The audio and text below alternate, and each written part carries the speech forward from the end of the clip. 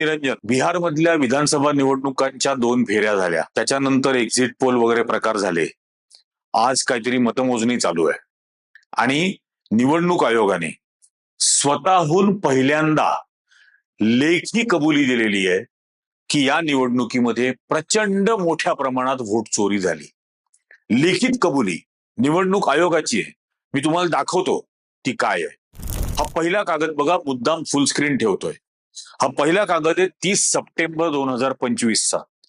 त्या कागदावर त्यांनी असं म्हटलंय की बिहारमध्ये ते SIR BCIR सगळं झालं सर, स्पेशल इंटेन्सिव्ह रिव्हिजन मतदार यादीचं.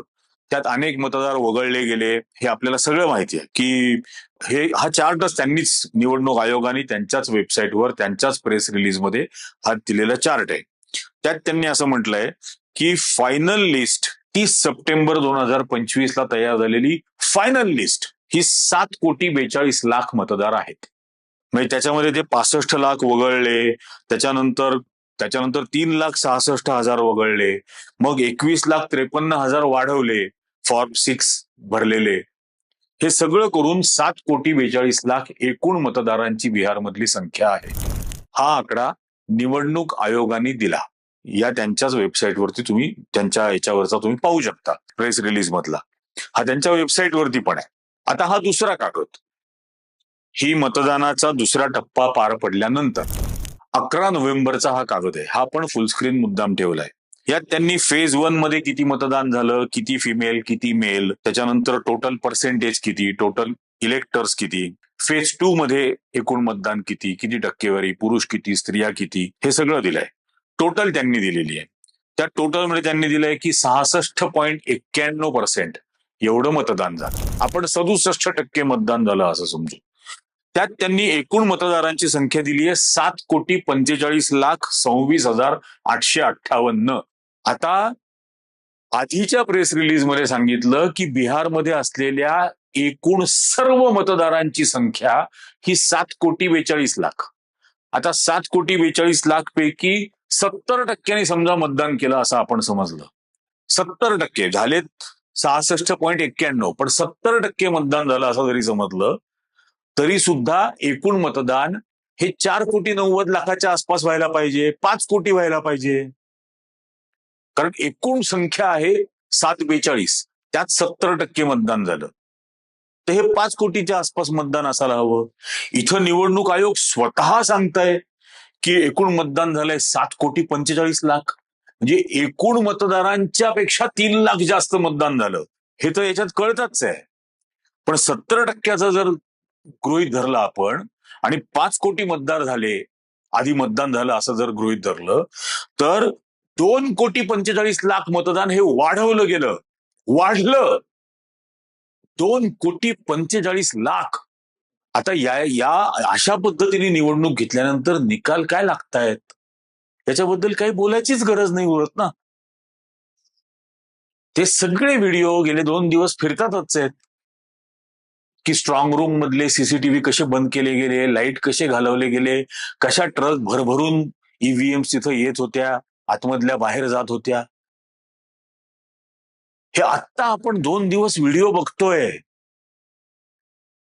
आणि हे सगळं, हा पहिला प्रेस रिलीज 30 सप्टेंबरचं, हे 11 नोव्हेंबरचं दुसरं प्रेस रिलीज, हे 3 दिवस आपण पाहत असलेले व्हिडिओ, स्ट्रॉंग रूम मधून ईव्हीएम बाहेर जात आहेत, स्ट्रॉंग रूम मध्ये नवीन गाड्या ईव्हीएम घेऊन येत आहेत, हे सगळे व्हिडिओ हे या देशातल्या संविधान आणि या देशातल्या लोकशाहीची हत्या घडण्याचे व्हिडिओ आहेत.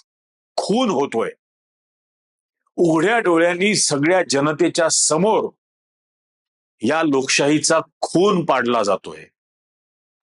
त्याच्या छातीमध्ये, या देशाच्या लोकशाहीच्या छातीमध्ये वार केले जात आहेत, घाव घातले जात आहेत, हे उघड उघड याच्यामधून दिसत आहे. आणि याबद्दल हा देश शांतच राहणार का? इतकं होऊन सुद्धा इतकी गुलामीची सवय लागली आहे या देशाला, इतकी की उघड्या डोळ्यांनी आपल्याला मिळालेले हक्क, अधिकार, स्वातंत्र्य याचा खून अशा पद्धतीने होतोय.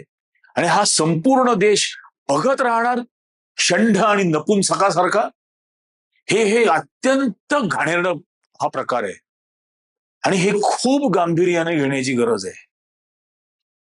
हे महाराष्ट्रात झालं, हे हरियाणामध्ये झालं, हे कर्नाटकात झालं, हे बिहारमध्ये आत्ता होत आहे.